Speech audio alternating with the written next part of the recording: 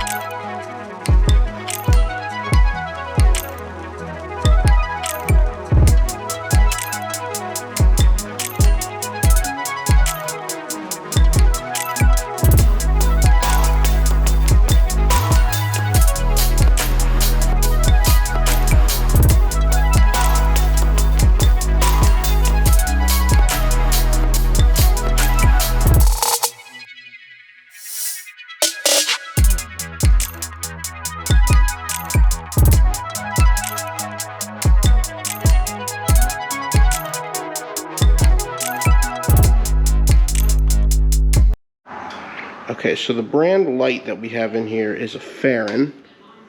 It's a $40 light, depending on what your car is on Amazon. It's pretty self-explanatory. You route it through this little cover here. You're going to have to do a lot of squeezing to get this and this through. It comes with its own resistor and other wiring in here, but then it also has its own cooling fan. So it's a pretty self-sufficient light. The actual mounting plate right here separates from the light itself to help you install it easier, or change them out easier. I find it's easier just to do this while it's out of the car, because you're really going to be struggling. There's not a lot of room back there in the Spider. So do it while you have the headlights out. I think it's a lot easier that way. If you're just doing normal lights, you can do them while the headlight is in the car. But if you're going to be doing LEDs, I recommend taking them out.